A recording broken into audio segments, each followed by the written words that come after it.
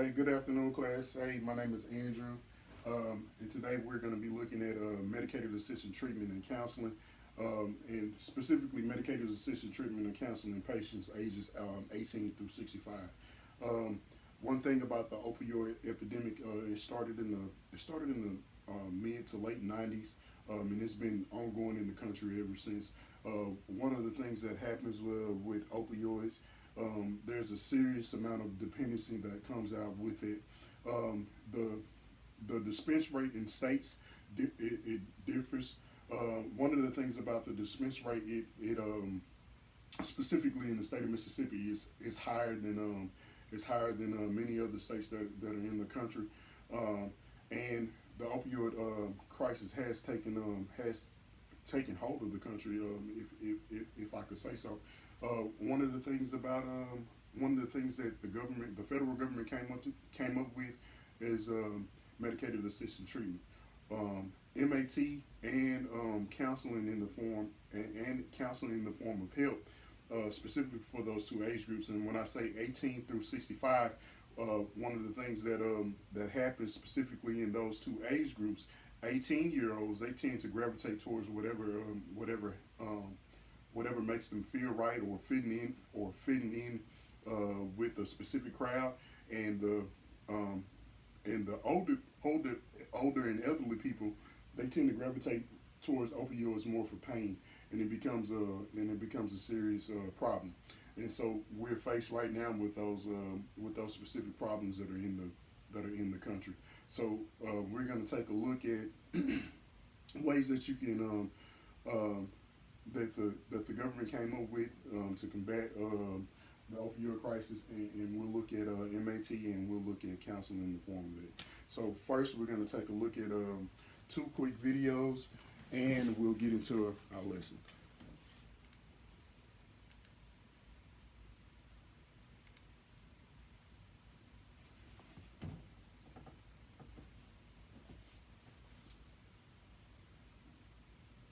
What exactly is the opioid epidemic? Is it about prescription drugs or heroin? It's a combination of both problems. Dr. Michael Hooten says back in the mid to late 1990s, Opioids were being recommended to treat chronic pain. Problems associated with long-term opioid use include, and probably the most important one is, addiction to the medication. today the term for opioid addiction is opioid use disorder. The symptoms of opioid use disorder include primarily an increasingly preoccupation with the medication. So individuals will actually start organizing their lives and organizing their daily structure around taking that particular medication. And for some struggling with severe addiction, if they can't get medication from their healthcare providers, they may turn to heroin. But you can break an opioid addiction. There's other non-opioid medications that can be helpful. There's other behavioral interventions that can help individuals learn to manage and cope with pain. For the Mayo Clinic News Network, I'm Vivian Williams.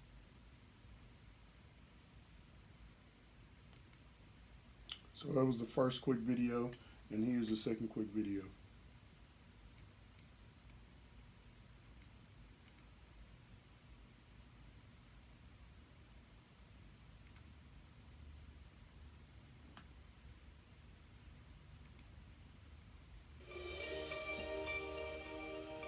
So what this video talks about is how counseling can couple the effects of the opioid epidemic that the country is facing. Recovery from addiction is no easy task, and the consequences of relapse can be devastating, even deadly. So here are 8 essential elements for successful recovery. Number 1, you must have a plan for recovery, because the odds of staying clean and sober decrease significantly without a solid plan. Triggers for cravings are everywhere. Threats to sobriety abound. You wouldn't want to navigate a minefield without a plan.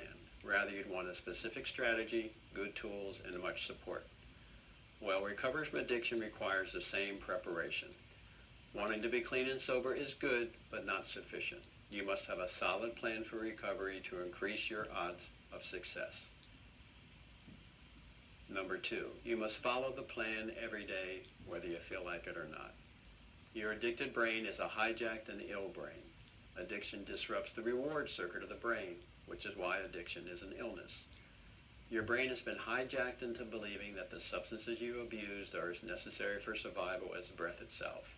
So your brain became dependent upon the substances just to feel okay, which is why addiction is so difficult to beat. But there's hope. With sobriety and time, your brain will heal. But it takes many months, which is why you must follow your plan, whether you feel like it or not, so you can protect your healthy brain from being manipulated by your hijacked, addicted brain. Number 3, you must build a support system for sobriety, which might include AA, NA, Celebrate Recovery, sponsors, outpatient addiction and mental health treatment, and family and friends who support your sobriety. If you're used to going it alone, it is vital that you overcome your social fears and reach out to healthy others for support, because if you could have solved addiction by yourself, you would have done it long ago. In addition, attending regular group meetings can become a major part of the structure and routine of your recovery, so you know where you need to be and what you need to be doing every hour of every day to avoid wandering off into the minefields that trigger relapse. Number 4, you must seriously consider outpatient addiction treatment to learn about the disease of addiction and why sobriety is the treatment. Many addicts feel like outsiders, so group therapy can build a sense of belongingness, which is important for recovery and good mental health.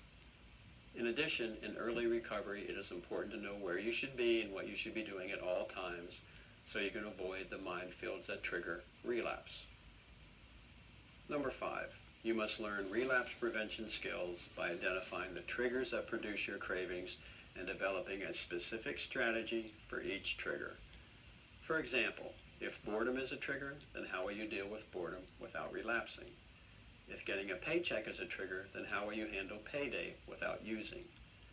You must also develop skills and strategies for dealing with cravings because you will experience them, and you must have a plan for preventing a slip from turning into a relapse.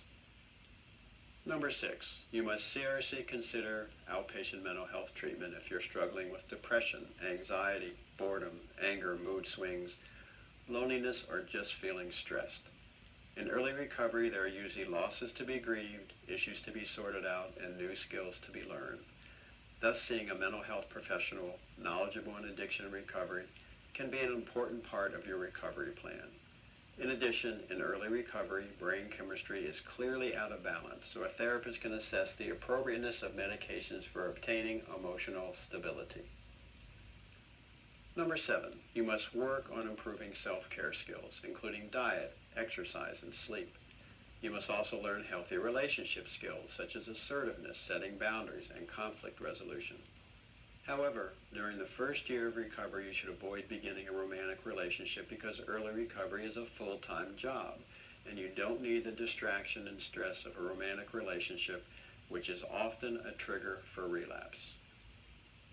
Number 8, you must work to develop healthy activities and hobbies to build self-esteem, give your life meaning and purpose, and to fend off boredom and idle time, which can lead to relapse.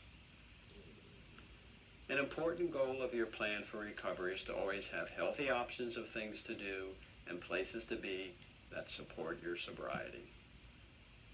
I wish you success in your journey to sobriety and health. If you found this video helpful, please click the thumbs up button. And if you want to hear more from me, then subscribe to my channel, Counselor Carl. I will be publishing a new video every other weekend.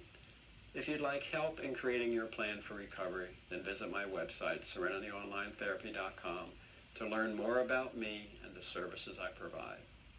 Until next time, and keep paying attention to your life.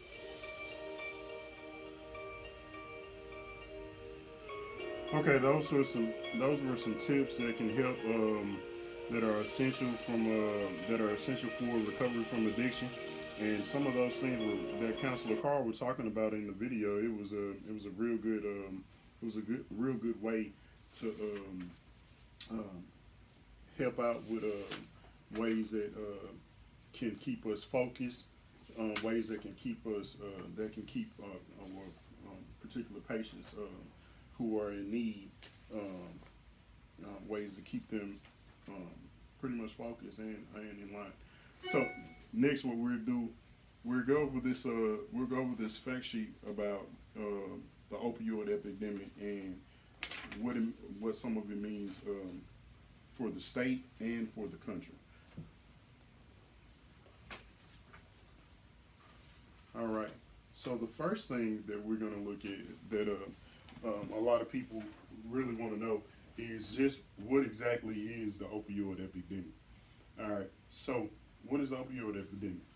Opioids include heroin, fentanyl, morphine, and prescription painkillers like Oxycontin, Percocet, Vicodin, and codeine. The opioid epidemic has been called the worst drug crisis in American history, and that's and that statement is very true. When you look at some of the numbers that have been produced from this crisis, there are a lot of people that have been hurt. There are a lot of people that are in peril. So the federal government had to step in and come up with some of the things that we do now. So overdoses from heroin and other opioids now kill more than 27,000 people per year, and that is a large number, a very large number. The opioid epidemic has happened over the course of more than a decade.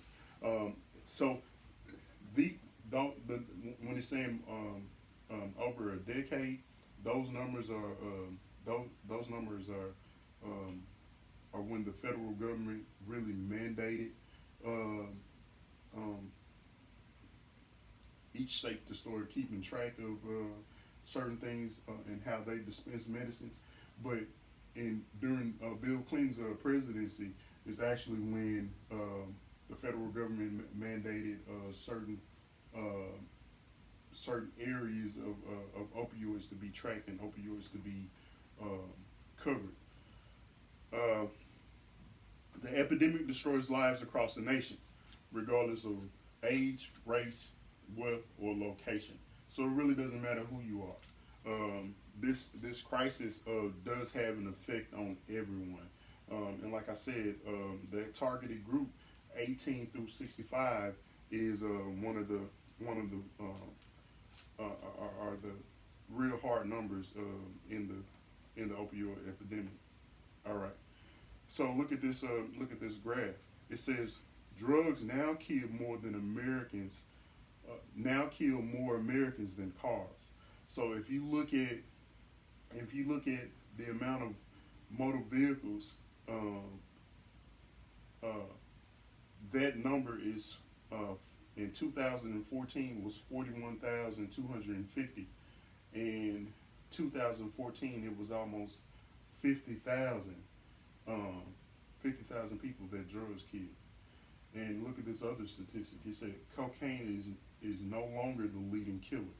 The majority of overdoses now stem from prescription opioids and heroin. So if you look at, and this same number is in 2014, opioids killed 18,893 people, while heroin itself killed 10,574 people. Benzodiazepines killed 7,945 people, and cocaine only killed 5,415 people, and I say that lightly. Opioid prescriptions have tripled over 20 years. And it says one factor behind the surge in heroin and opioid use is the dramatic spike in the use of prescription painkillers. And one thing about it, this other fact, it says heroin is cheaper and is more potent and often easier to acquire than prescription painkillers. And look at this. It says nearly everyone affected is affected regardless of race. And it says every racial demographic has seen more overdoses since 1999, with heroin spiking especially after 2010. And it says whites and Native Americans are dying at a double or triple rates of African Americans and Latinos. So heroin deaths skew younger. Opioid deaths come later, and this is where those two numbers come into play. Those two age groups, and it says every age group has been touched by the opioid epidemic. The highest rate of heroin deaths occurred is in 25 to 34-year-olds. So again, that number is right there in that number, that 18 through 65 age group. and it says fatal opioid overdoses from prescription painkillers are more likely to happen in 45 to 54-year-olds. So again, those numbers are right there. Before I go on, are there any questions? No. Okay. All right. So look at this number, and this has to do with states, and it says states with more opioid prescriptions than people. Right. So you have Alabama, Tennessee, West Virginia, Kentucky, Oklahoma, and Mississippi. And Mississippi has one of the highest distribution rates of opioids in the country.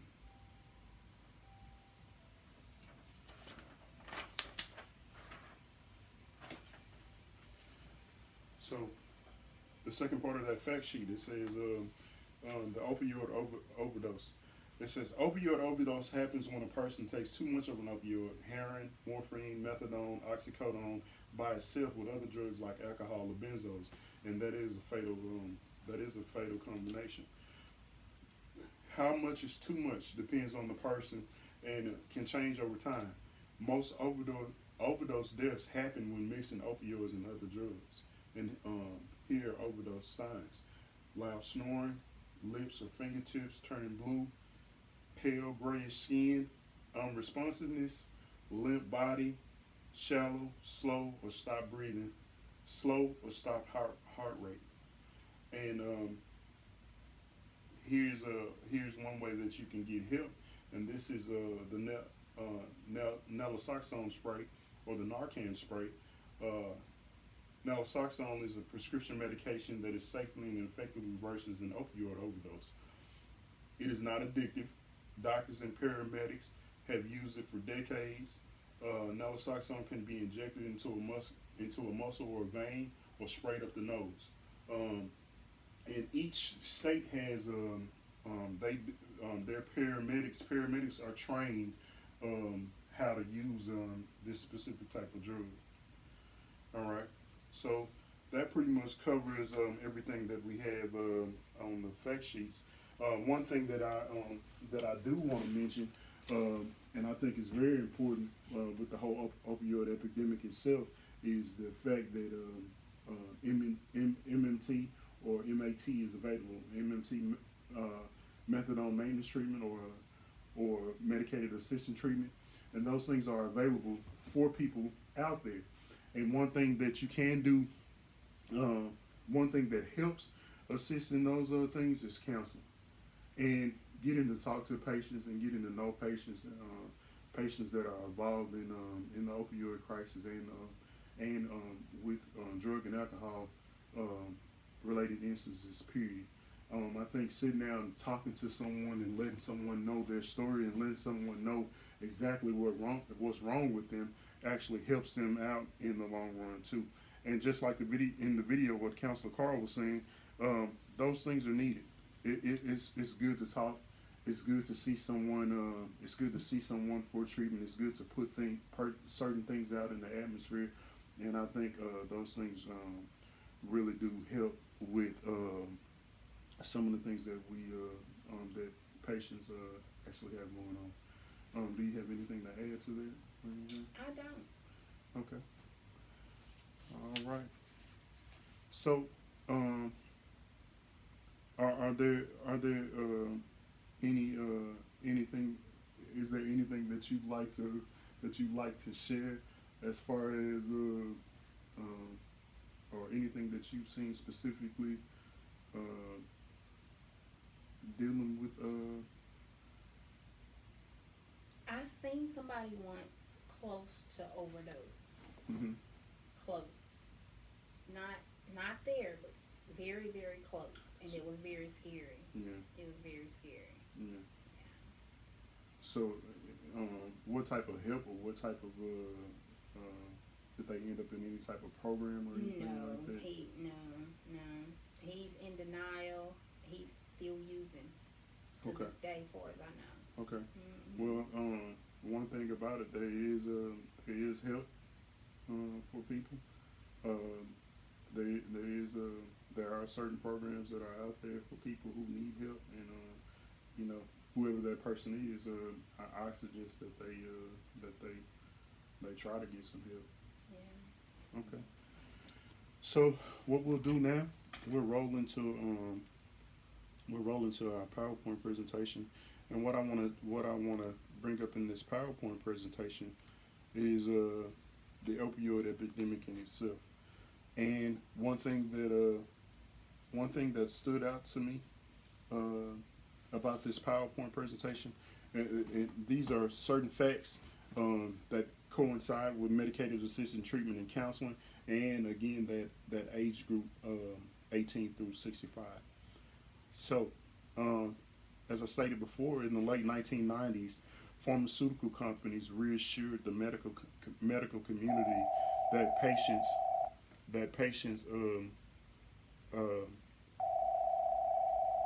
patients would not become addicted to the opioid pain relievers, and healthcare providers, and they would begin to prescribe them at greater rates.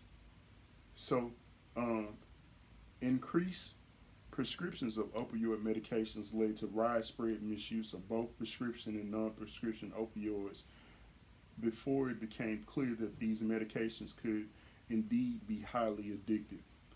So, the next thing that I want to cover is the opioid epidemics by numbers. 130 plus people.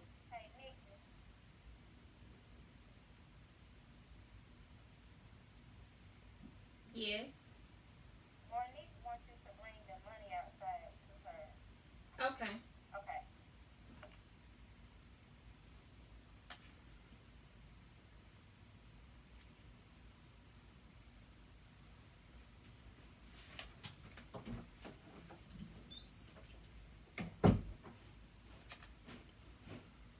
So, 130 plus people die every day from opioid related drugs and overdoses.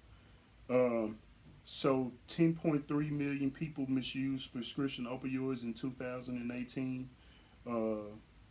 47,600 people died from overdosing on opioids in 2000 and from 1998 to 2011, and it says 2.0 million people have had an opioid use disorder in 2018, and 808,000 people used heroin in 2018, and it says 81,000 people use heroin for the first time within these numbers, and it says that 2 million people misuse prescription opioids for the first time, and 15,349 deaths attributed to overdose on heroin in a 12-month period ending in February 2019. So that those numbers are very recent, and it also says 32,656 deaths attributed to overdosing on synthetic opioids other than methadone in a 12-month period ending in February of 2019. So those numbers are from this year. My sources come from the 2019 National Survey on Drug Use and Mental Health, and also from the NCHS data brief. So now let's get into the opioid epidemic and exactly what it does to teens. So abusing prescription opioid pain relievers is a major problem among young people, and a new study shows that users are combining those drugs with other substances in data from the annual monitoring.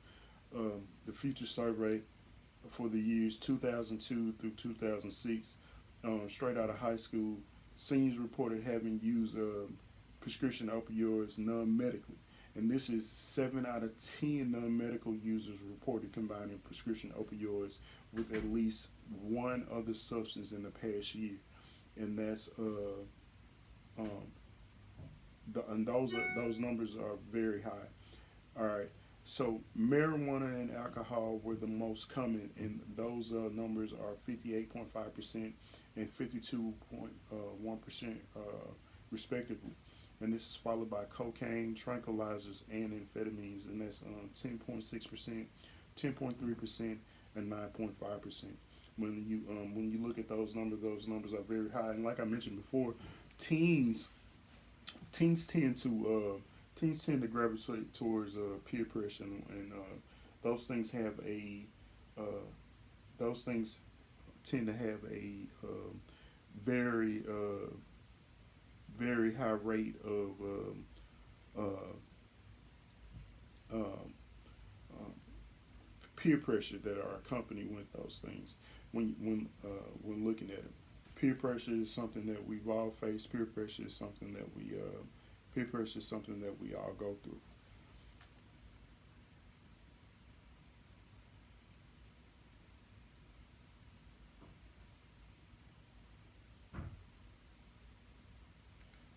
And so this is the opioid epidemic with teens continued. Teens who mix prescription opioids with other drugs are 4 times as likely as non-users to report frequently getting drunk, and 8 times as likely to be marijuana users. 24% of teens who take prescription opioids non-medically say they usually or always combine it with marijuana, and marijuana is one of those. Marijuana is another one of those drugs that is looked at highly in the federal government. And it says opioids are dangerous when taken with other than prescribed and combining with other drugs, and they compound risk. The new research finds that the highlight of importance is addressing combined drug use and interventions to prevent substance use in young people.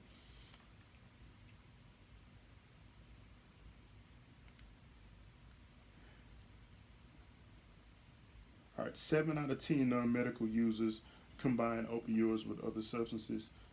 Past year frequency of co-ingestion of prescription opioids and other drugs among non-medical users and prescription opioids.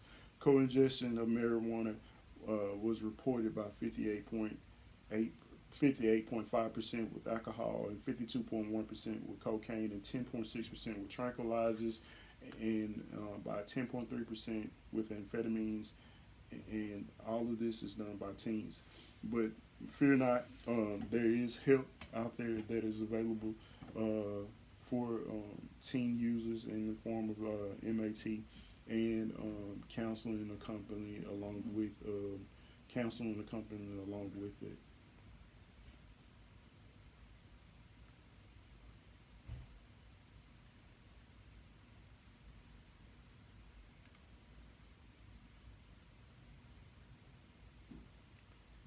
So the opioid epidemic in elderly people.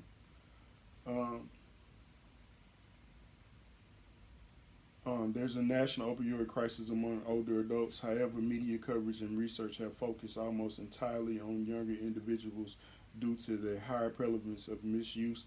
For adults aged 65 and older, excuse me, opioid-related hospitalizations increased by 34%, and emergency department visits increased by 74% between 2010 and 2015. Some of the increases are driven by opioid misuse, to which older adults as well as younger adults are vulnerable, but some is also driven by the unique challenges of pain management in aging people. And like I mentioned at the top of the presentation, that many elderly people turn to opioids strictly for pain, and they end up becoming addicted to opioids. And some of the things that go along with it. And opioid use is very prevalent among elderly people, specifically because elderly people have high rates of using opioids because they're in pain, or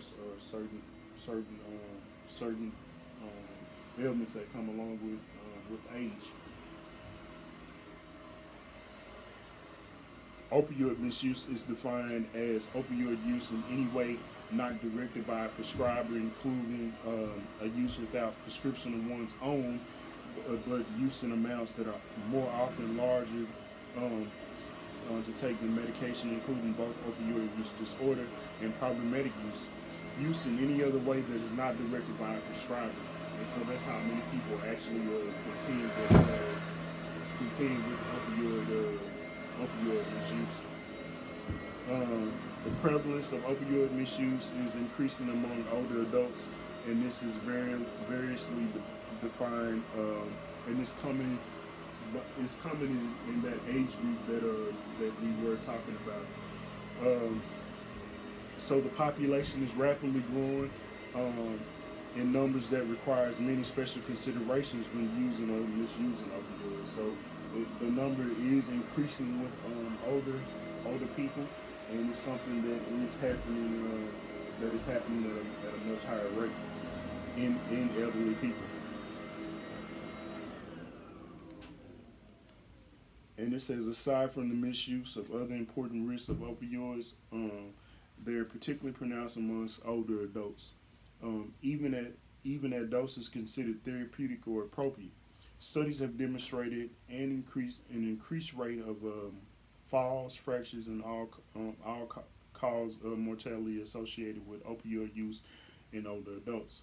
Some opioid-related hospitalizations among older adults may actually result from appropriate use of opioids as directed by patients and clinicians. Older adults are often more vulnerable to the adverse effects of opioids and other medications due to alterations in metabolism associated with aging.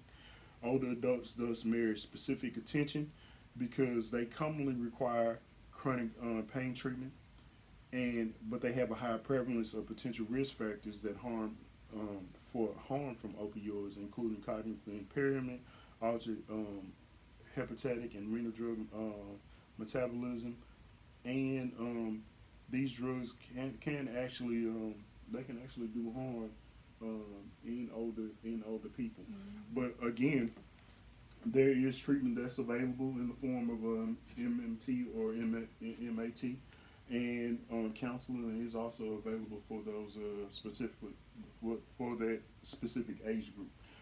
And that concludes the PowerPoint presentation. And